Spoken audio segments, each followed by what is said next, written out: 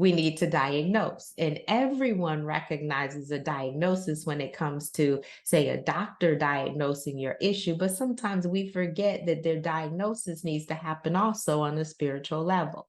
We need to understand that. Why? Because hiding does not equal healing.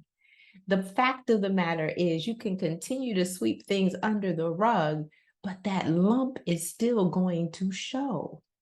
You can kick the can down the road, but that problem still is going to remain until it is solved.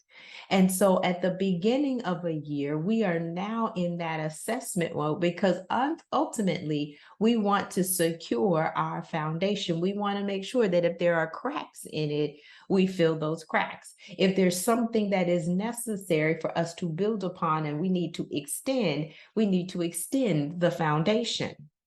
You see, this is your year. This is your time.